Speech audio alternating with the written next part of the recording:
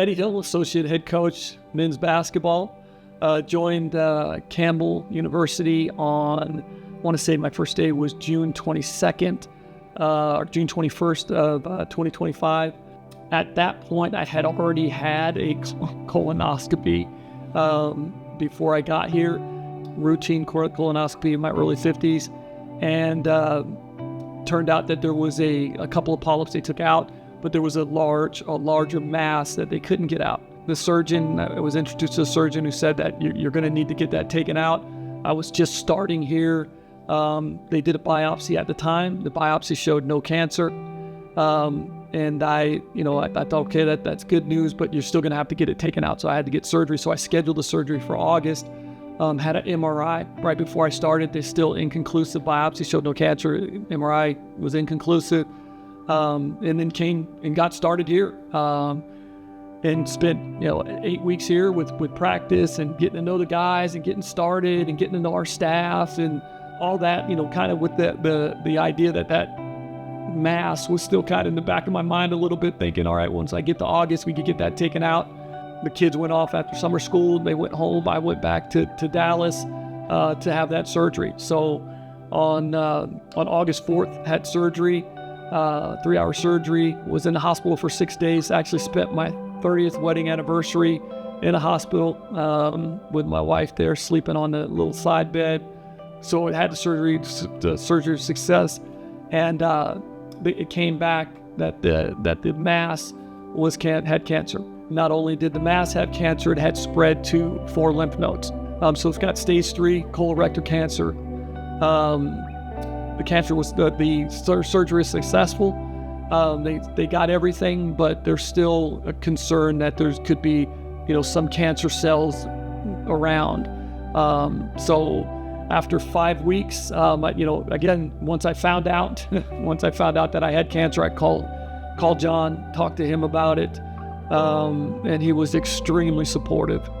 He asked that I talk to our athletic director, Hannah, talked to her and Justin about it. Again, extreme support from the university. And again, I don't think I would have made it through this without the support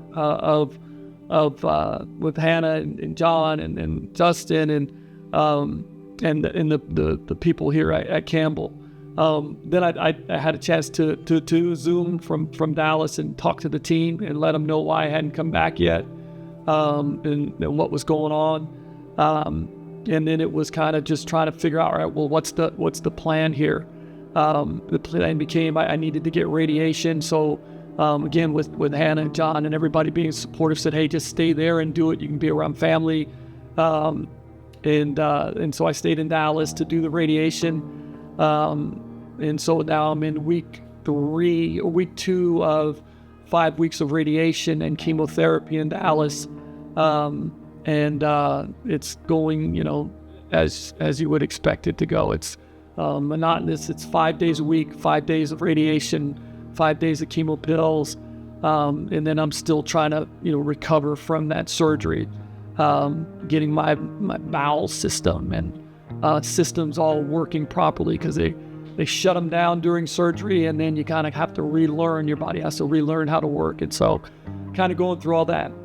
Today I'm back in Buies Creek for the first time in almost 8 weeks now, to see the guys. I had a radiation appointment this morning, took my chemo pills, and got on a plane to Raleigh.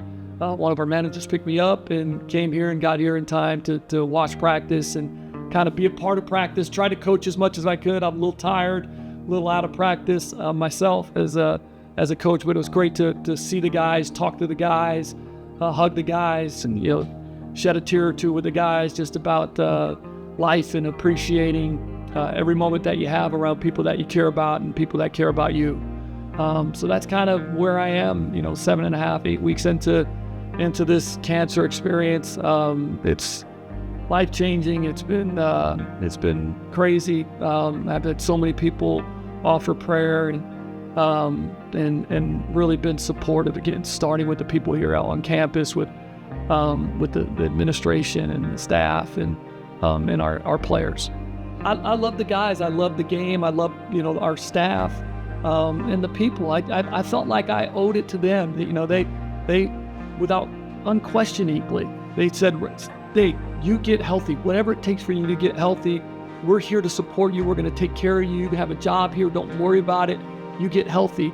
And I felt like I owed it to the people that showed so much support to me, to come back and say, hey guys, I appreciate your thoughts and prayers and support, and then to see the guys. I love being a part of a team. I played college basketball. I've been a coach for almost 30 years now, 12 years at the Division I level.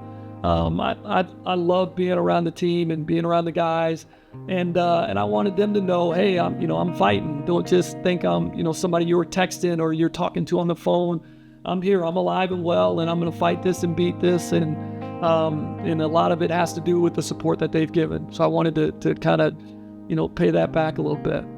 It's emotional. It honestly, it makes me a little emotional right now because it's. When you go through something like this, you recognize how fragile life is and how fragile every moment is, and how important the relationships that you have are, and the people that you love and that love you.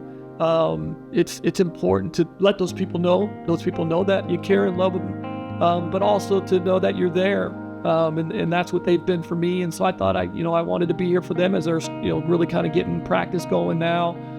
Oh, it's huge. I mean, because I would have, I was already at stage 3. Like, had I waited much longer, stage 4 is really a problem. Stage 3 is not good. Stage 4 is really, really difficult. And I did, as much I could have had it at 50. I ended up having it right after I turned 52.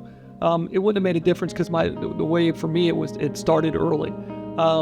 You've got to get out and get those tests. And I know I kind of shied away from it. But now they're moving it back to the age 45. I was talking to our doctor today, and she said, yeah, in the last year or two, we've really kind of started saying, boy, 45. I was reading, when something like this happens to you, start reading a bunch of stuff. My wife is unbelievable about that. She just starts diving in and trying to find out everything she can. And you start seeing people at 25, 30 that are getting colorectal cancer. And so my biggest thing is get the colonoscopy. Had I known, honestly, how simple it was, maybe I would have gotten it done 2, 3, 4, 5 years early. I don't know. I just kind of shied away. It's the simple. They put you to sleep and you wake up. I mean, it really is that simple. You wake up and it's over. And that saved my life. Honestly, getting that test, getting that colonoscopy saved my life, because had I waited and put it off, it would have gotten to stage 4, and I don't know that there's a whole lot of recovery from there. Just how many people there are that truly care. When you put yourself in a situation where there's really good people, and the people at this university, when you go through tough times, people kind of show you who they are. And I'm so thankful for Hannah and the administration and John. In our team, just you really kind of learn who you're dealing with and who you're around, and they've been unbelievable.